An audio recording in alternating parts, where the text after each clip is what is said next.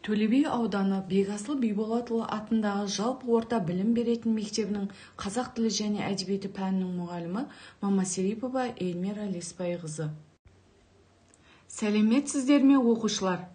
Қазақ тілі сабағын бастаймыз. Бүгінгі сабағымыздың тақырыбы дәрілік өсімдіктер. Бүгінгі сабақта сіздер мәтін мазмұнын түсініп, ақпараттарды анықтай аласыздар. Тура және ауыспалы мағыналы сөздер туралы мәлімет аласыздар. Дәрілік өсімдіктер медицинада емдеу және аурудың алдын алу мақсатында қолданылатын өсімдіктер. Қазақстанда өсетін 6000-нан асатын өсімдіктердің 500-дейі дәрілік өсімдіктер. Дәріні көбіне жабайы өсімдіктерден алады. Дәрілік өсімдіктер кептірілген шөп, тұнба, қайнатынды шай, ұнтақ түрінде қолданылады. Дәрілерді дайындау үшін шикізат ретінде пайдаланатын дәрілік өсімдіктер бөлек іріктеледі. Оқушылар, олай болса дәрілік өсімдіктер туралы тапсырмалар орындап, мағлұмат алайық. Бірінші тапсырмада жұмбақтарды шешіп көрейік. Бірінші, саздауыт жерде өседі. Қош иісі аңқыған, шипа өсімдік деседі. Бірінші жұмбағымыздың жауабы жалбыз өсімдігі. Жалбыздың жапырағында 5% эфир майы болады. Эфир майында 55%-ға дейін ментол кездеседі. Жалбыздың емдік қасиеті өте көп. Екінші жұмбағымыз. Бұтағы үлкен үлпершек, теріп алып үлгерсек. Бұл жұмбақтың жауабы бүлдірген өсімдігі екен. Бүлдіргендер бал шырынды және дәрілік өсімдік. Жемісі дәмді, хош иісті. Құрамында А, В1, В2, В9, К дәрумендері, қышқылдар, темір, кальций және тағы басқа пайдалы заттар бар. Үшінші жұмбағымыз. Өзіне шап-шақ, киген қалпағы аппақ, балалар тұр қаптап. Жұмбақтың шешуі бақбақ өсімдігі. Бақбақтың құрамында С және В2 дәрумендері, кальций, фосфор, темір, магний бар. Бақбақтың жапырақтары да, тамыры да өте пайдалы. Оқушылар, дәрілік өсімдіктер туралы келесі бейнебаянымызды көрейік. Көнегөз қариялардың көзін көріп өскен адам ретінде назарларыңызға пайдасы болмаса, зияны тимейтін емдік қасиеті бар 3 өсімдікті ұсынуды жөн көрдім. Біріншісі жусан. Шаң сорғышты ұмытып, үйді жусанмен сыпыруды әдетке айналдырсаңыз, өсімдіктің иісі құрт құмырсқамен қатар ауа арқылы таралатын зиянды бактериялардың көзін жояды. Екінші адыраспан. Адыраспанды тұтатып иіс шығаруды бәрі білетін шығар. Бірақ адыраспанмен суға түсуді біреу білсе, біреу білмес. Бұл процедура тәнді тері ауруларынан айықтырып, тәннің сан қилы ауруларға төтеп беретін қорғаныш қабатын қалыптастырады. Үшінші, ермен қурай. Қазақта ермен бар жерде ер өлмейді деген сөз бар. Бұл сөз ермен қурайдың еш қоспасыз табиғи антибиотик екенін көрсетеді. Емдік өсімдікті қайнатып тұнбасын шай, су орнына ішіп тұрсаңыз, иммунитетіңіз күшейген үстіне күшейе түспек.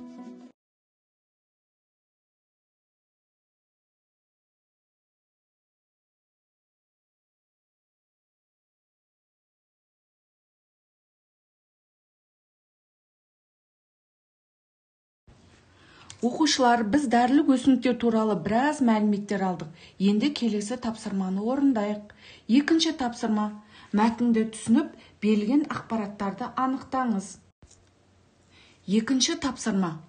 Мәтінді түсініп оқып, берілген ақпараттарды анықтаңыз. Қазақстанда дәрілік өсімдіктердің көптеген түрі кездеседі.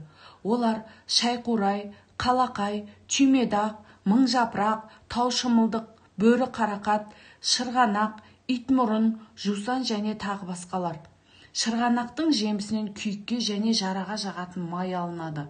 Итмұрынның жемісінен дәруменге бай дәмді қайнатпа және шырындар жасайды. Таңқурай жаңа піскен кептірілген тосап түрінде өте пайдалы. Оны суық тиген кезде шайға салып ішу керек. Шайқурайды халық 99 аурудың емі деп санайды. Онда пайдалы заттар өте көп. Жұпаргүл ас қорытуды жақсартады, суық тигенде көмектеседі. Бұл өсімдік атауының өзі оның жұпар иісі туралы айтып тұр. Жұпаргүлді шайға қоссаң, ерекше дәм және хош иіс береді. Жолжелкеннің жараны емдеп жазуға көмегі көп.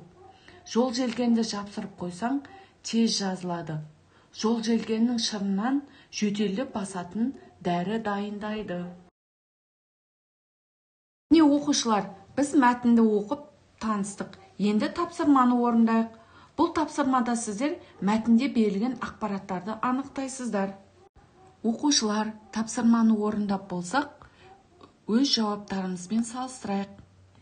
Бірінші, шырғанақ. Шырғанақтың жемісінен күйікке және жараға жағатын май алынады. Итмұрын. Итмұрынның жемісінен дәруменге бай дәмді қайнатпа және шырындар жасайды. Таңқурай. Таңқурай жаңа піскен, кептірілген тосап түрінде өте пайдалы. Оны суық тиген кезде шайға салып ішу керек. Шайқурай. Шайқурайды халық 99 аурудың емі деп санайды. Онда пайдалы заттар өте көп. Жұпаргүл. Жұпаргүлді шайға қоссаң, ерекше дәм және хош иіс береді. Жолжелкен. Жолжелкеннің шырынан жөтелді басатын дәрі дайындайды. Оқушылар, біз мәтінді түсініп оқып, ақпараттарды анықтадық. Енді сөздің тура және ауыспалы мағыналы сөздер туралы мәлімет алайық.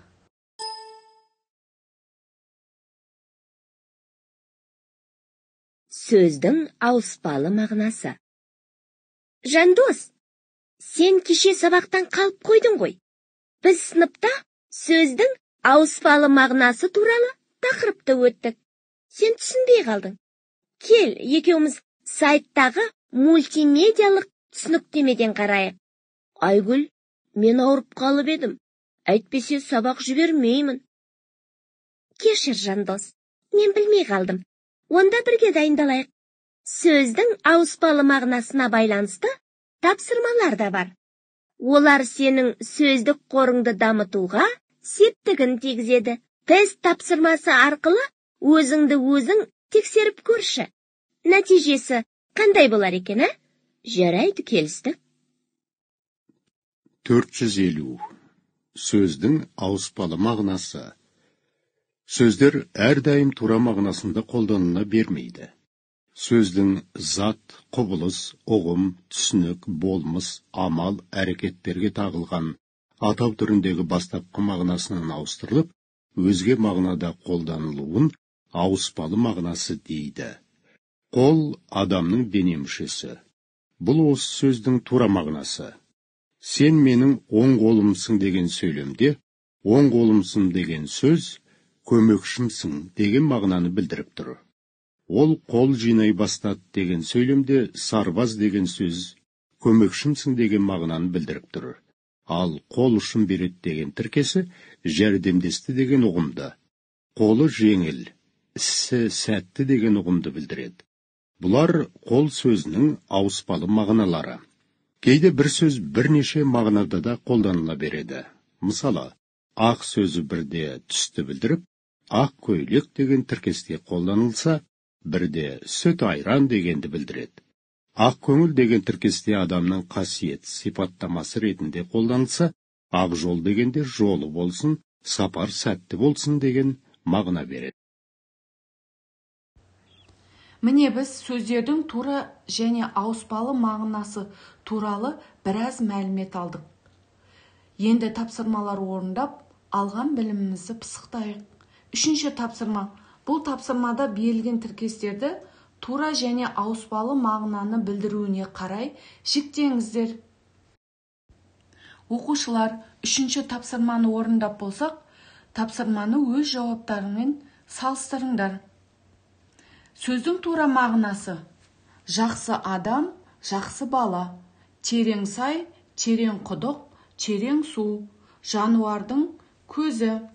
Бұл сөздер сөздің бастапқы мағынасын білдіріп тұр. Сөздің ауыспалы мағынасы.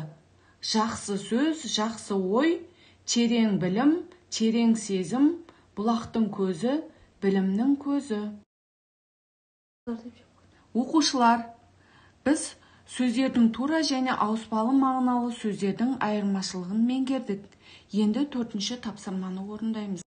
4-ші тапсырма. Мәтіннен ауыспалы мағынадағы сөздерді анықтаңыз. Дәрілік өсімдіктер емдеу сауықтыру, аурудың бетін қайтару үшін қажет. Емшілер ем-дом жасау үшін көп ізденіп терең білім алған. Олар дәрілік өсімдіктерді күннің көзі жақсы түсетін жерлерде өсірген. Оқушылар, 4-ші тапсырманы орындап болсақ, өз жауаптарыңызбен тексерейік.